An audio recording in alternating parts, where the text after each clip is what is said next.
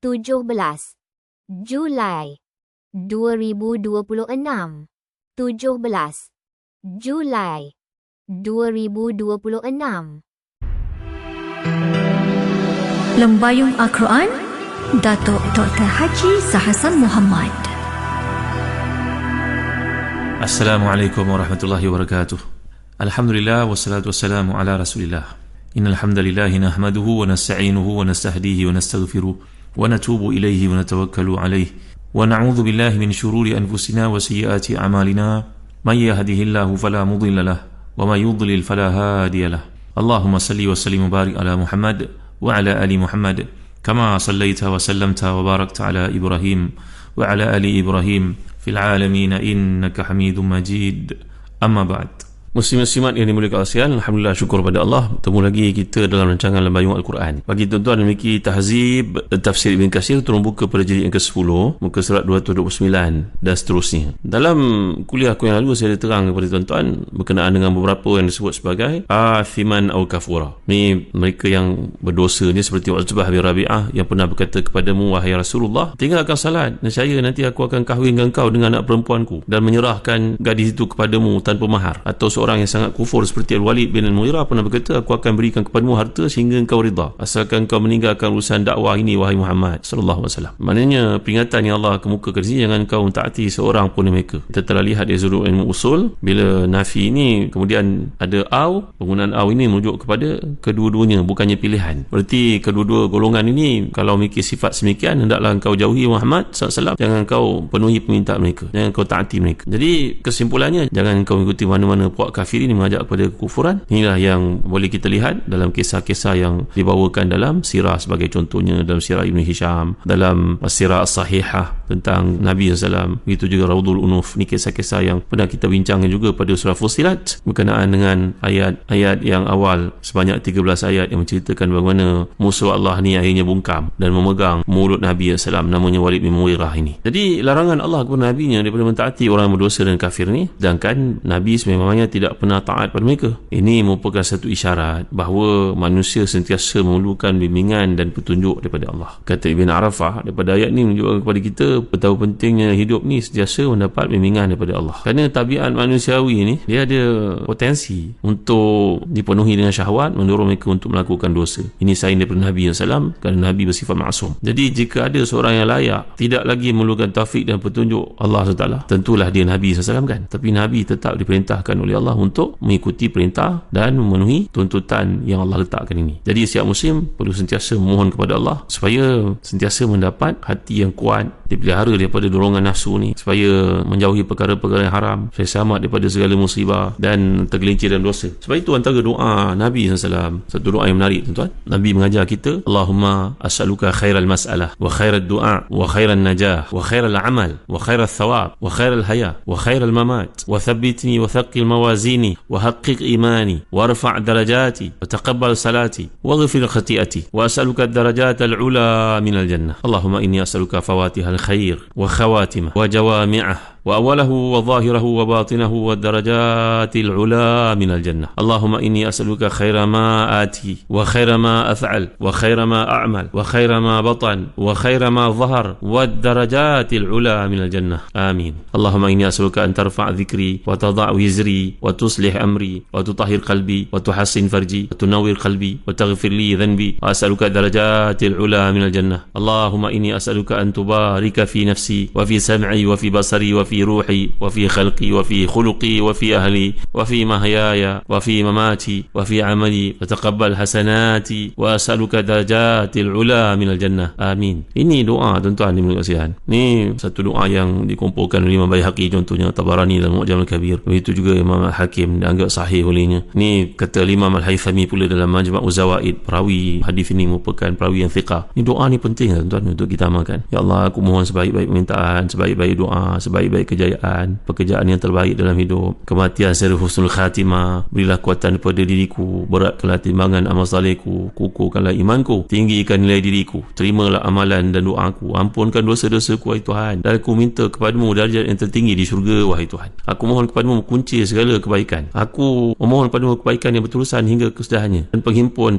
segala kebaikan itu. Jawami'ah ni, awalnya, zahirnya, yang tersembunyi padanya, aku mohon darjat yang tinggi di syurga. 5 kali dalam doa ni Nabi menyebut perkataan darajatul ula minal jannah. 5 kali tuan-tuan. Ya Allah, aku mohon padamu darjat yang tertinggi di syurga wahai Tuhan. Aku minta kepadamu yang terbaik daripada apa yang aku bawa, terbaik daripada apa yang aku lakukan, terbaik daripada apa yang aku miliki, sama ada yang tersembunyi ataupun yang kelihatan, dan mohon darjat yang tinggi kepadamu di syurga wahai Tuhan. Ya Allah, aku minta kepadamu untuk meninggikan kedudukanku, menghapuskan dosaku, membaiki urusanku, memurnikan hatiku, melihara kemaluanku, mencerahkan hatiku, mengampunkan bagiku. Ya Allah, aku mohon darjat yang tinggi di syurga wahai Tuhan. Aku mohon padamu agar Engkau memberkati diriku, pendengaranku, penglihatanku, ruhku, kejadianku, akhlakku, keluargaku, kehidupanku, kematianku, pekerjaanku, segala amal saleh yang aku kerjakan. Ya Allah, aku mohon darjat yang mulia di sisimu. Ni hadis yang saya sebut tuan-tuan merupakan hadis sahih riwayat Imam Baihaqi. Jadi doa ni diajar oleh Ummul Mukminin Ummu Salamah radhiyallahu anha. Ni merupakan salah seorang daripada guru umat yang sangat cemerlang. Wanita mulia ini telah melalui macam-macam ujian dan pengorbanan silih berganti, mula daripada penghijrahan suaminya meninggalkannya di Mekah, kemudian bila berhimpun dengan suaminya, dengan puteranya di Madinah, kemudian setahun lepas mereka terpisah itu, kemudian berlaku perang Uhud, suaminya pula terkorban kerana luka parah yang dialami dalam perang Uhud. Namun bila habis iddahnya, Rasulullah SAW telah pun memilihnya untuk dikahwini sebagai seorang daripada ummahatil mukminin. Allahu Akbar. Ujian ni sebenarnya merupakan satu minhah, tahu, bukannya mihnah. Minhah maknanya satu kurniaan, mihnah merupakan satu tribulasi, satu ujian. Jadi sebab dalam doa ni berulang kali Nabi menyatakan wa as'aluka ad-darajatil ula minal jannah. Doa ni sangat penting lah tuan, untuk kita bacakan saban hari, saban waktu, lepas duha, lepas tahajud, nanti wukuf di Arafah. Jadi kalau tuan-tuan dapatkan doa ni, ada saya sebutkan dalam buku bertajuk Doa-Doa Usahawan, boleh tuan-tuan dapatkan dekat iKim Shop ni. Ni adalah satu keselarasan dengan apa yang kita pelajari berkenaan dengan ujian yang berlaku dalam kehidupan Nabi SAW yang sedang kita bincangkan di sini. Jadi apa yang dilalui oleh baginda SAW, kalau kita perhatikan dalam konteks ini, cabaran-cabaran Nabi lalui, itu juga akan lalui oleh setiap Muslim. Kemudian Allah mengingatkan kita tentang wadhkuri isma rabbika bukratan wa asila. Ini telah kita uraikan, iaitu pada awal siang, di hujungnya, kemudian sama ada waktu subuh, zuhur, asar, maghrib, isyak, semuanya termaktub dalam ini. Serupa juga dengan surah sebelumnya yang kita bacakan berkenaan dengan bagaimana sebutan waktu-waktu ni telah pun disebut oleh Quran sebelum Nabi menjelaskannya dalam hadis-hadis baginda sallallahu alaihi wasallam. Wa subhanallahi hina tumsuna wa hina tusbihun, yang pernah kita bincangkan sebelum ni. Jadi ini adalah perintah daripada Allah untuk mendirikan salat pada awal dan juga akhir pada waktu siang, daripada subuh sampai ke asar. Kemudian wa minal laili fasjud lahu, dirikan pada sebahagian malam salat maghrib dan isyak. Jadi dapat kita lihat wa minal laili ni frasa ni yang merupakan maksud dia pada sebahagian malam. Didahulukan perkataan ni. Lihat ya laras ayat ni. Wazkuri isma rabbika bukratan wa asila. Ingatlah Tuhan kamu pada waktu pagi dan petang. Wa minal laili fasjud lahu wasabbihu lailan tawila. Dan sebahagian daripada malam sujudlah kepadanya. Jadi kita telah pelajari bahawa taqdim dan juga takhir, mendahulukan atau mengemudiankan satu frasa dalam Quran itu ada kepentingannya. Seperti kata Imamul Arabiyah Sibawi yang pernah kita bincangkan, kata-kata beliau bahawa mendahulukan satu perkara itu bagi menekankan kepentingannya. Maka didahulukan perkataan wa minal laili di sini. Allah tidak menyatakan fasjud lahu minal laili, tapi wa minal laili fasjud lahu. Sebahagian daripada malam sujud kepadanya. Ini menunjukkan kepada kita tentang keutamaan ibadah malam, kerana ia sangat penting untuk dilaksanakan, dan waktu malam ni juga merupakan waktu yang terpelihara seorang itu daripada penyakit riak sebagai contohnya. Dan amalan yang sangat utama lakukan waktu malam ni ada salatul awabinya, salat tahajudnya. Maka ini menunjuk kepada satu yang penting untuk lahir sifat ikhlas dalam diri setiap mukmin itu. Dan lagi kalau kita lihat strukturnya, wa minal laili fasjud lahu, ni fa ni dia maksudnya untuk merujuk pada takrir, tau, merujuk pada penegasan. Seolah-olah apa yang dikatakan di sini, apa juga keadaanmu, maka tetaplah engkau kena sujud padaku. Ni samalah macam kita baca dalam surah Al-Baqarah tentang konflik, krisis rumah tangga sebagainya. Tiba-tiba di tengah tu Allah menceritakan hafizu ala salawati was salatil wusta. Jagalah kamu akan salat dan salat yang pertengahan. Padahal ayat itu datang muncul seiringan dengan kisah pertelingkahan ataupun perkara yang menyebabkan perselisihan faham antara suami isteri membawa kepada perceraian. Maka penyelangan peringatan itu adalah menunjukkan kepada kepastian di sisi Allah, penyakit ini, kesusahan ni, terapi diri ni akan berlaku dengan sebab hubungan dengan Allah SWT. Kemudian Allah menyatakan lagi fasjud lahu wasabbihu lailan tawila, dan bertasbihlah kamu pada Allah pada sebahagian malam yang panjang, iaitu dirikan salat tahajud pada sebahagian besar malam. Ni salat malam pernah diwajibkan ke atas Nabi SAW SAW. Sama ada 2/3 malam, separuh malam atau 1/3. Kata Ibn Zaid dan beberapa para ulama seperti disebut oleh Imam Ibn Atiyah dalam tafsirnya, bahawa kewajipan ini telah pun dimasukkan dengan pensyariatan salat 5 waktu. Ada pula yang mengatakan hukum masih kekal, tapi dia merupakan perkara sunat. Ia merupakan hanya amalan khusus ketetapan yang telah pun diperintahkan Allah kepada Nabi-Nya sallallahu alaihi wasallam. Jadi ungkapan yang dinyatakan di sini lailan tawila ni merujuk kepada malam yang panjang. Dia bukanlah bertujuan untuk membezakan antara malam panjang ke malam pendek, musim sejuk, musim panas, bukan. Kerana tahajud juga disyariatkan pada malam yang mana musim panas, waktu malamnya pendek. Yang sebenarnya perkataan lailan tawilah ni merujuk kepada apa? Dia sudut bahasa Arab. Dia merujuk pada tempoh ibadah malam itu tak boleh kompromis. Maknanya kena dilakukan. Bagi si mukmin yang diceritakan kedudukan anugerah Allah untuk mereka dalam ayat yang lalu yang telah kita bincangkan, bagaimana muttaqiina fiha 'alal araik la yarawna fiha syamsa wala zamharira wa daniyatan 'alaihim zilaluha wa dhulilat kutufuha tadlila. Ini semua menceritakan tentang nikmat-nikmat ni. Inna hadza kana lakum jazaa'a wa kana sa'yukum mashkura, sampai ayat 22 kan. Ini adalah peruntukan untuk mereka yang bangun malam. Jadi perkara ni disyariatkan untuk si mukmin sebagai membezakannya daripada munafik. Kerana ibadah pada waktu malam ni lebih ikhlas kerana Allah.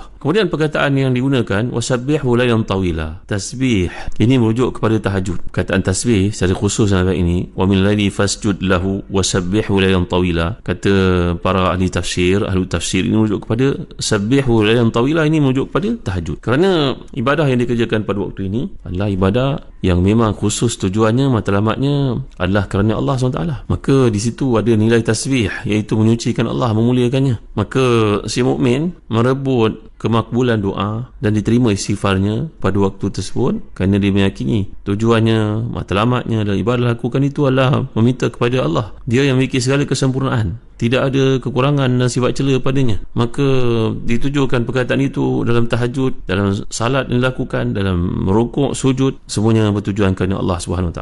Jadi kesimpulan daripada ayat ini kalau dapat kita lihat, dia adalah peringatan untuk sentiasa ingat Allah dengan hati dan lidah pada setiap waktu. Bahawa tuntutan untuk mendirikan salat ni pada sebahagian malam bukan sahaja terhad pada waktu maghrib isyak, tapi tuntutan untuk galakan, perintah, peringatan untuk bangun tahajud. Adalah satu persoalan yang ditimbulkan oleh Ibn Arafah dalam tafsirnya berkaitan bertasbihlah dalam waktu masa yang lama pada waktu malam, atau bertasbihlah pada malam-malam yang panjang. Ni telah saya sebutkan tadi, iaitu pada musim yang tentu, mana malamnya lebih panjang daripada musim yang lain. Ibn Arafah menjelaskan tafsirnya. Ni ulama terkemuka dari utara Afrika ni. Beliau berkata bahawa sebahagian ulama terdahulu melihat kepada ayat ini memahaminya secara zahir, iaitu mereka sengaja memilih malam yang paling panjang dalam setahun untuk qiyamul lail sebagai langkah berhati-hati, ihtiyat, supaya dapat memenuhi kedua-dua kemungkinan tafsiran tersebut. Sama ada dimaksudkan dalam tawilah ni memang zahirnya berarti malam yang memang panjang, iaitu musim sejuk, yang memang waktu itu lebih panjang berbanding dengan musim panas. Ataupun yang kedua, mereka memang memperuntukkan bahagian malam mereka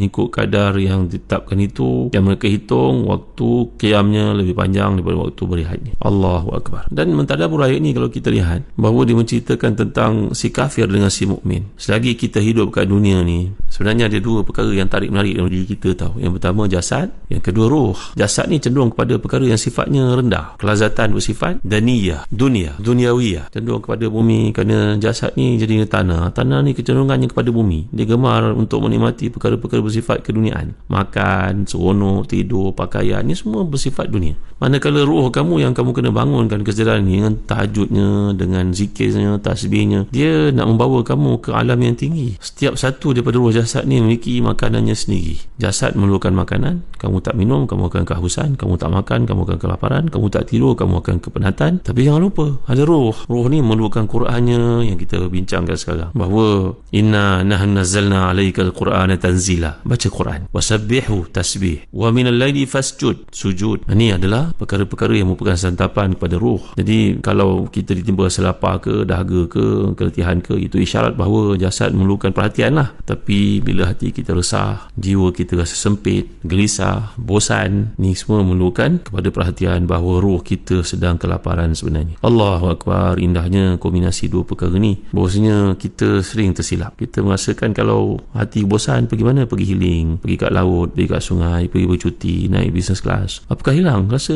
resah, gelisah tu tuan-tuan? InsyaAllah saya akan sentuh perkara ini lanjut dan kuliah akan datang. Kesilapan yang berlaku dalam percaturan kemanusiaan kemanusiaan ni, kerana segala-galanya kita nilai pada kebendaan, maka apa yang kita dapat, bertambahlah kesedihan, keresahan sebenarnya. InsyaAllah kita akan huraikan lanjut yang kuliah akan datang. Wallahu a'lam. Wa sallallahu ala sayyidina Muhammad wa ala alihi wa sahbihi wa baraka wa sallam. Walhamdulillahi rabbil alamin. Wa barakallahu fikum. Wassalamu alaikum warahmatullahi wabarakatuh.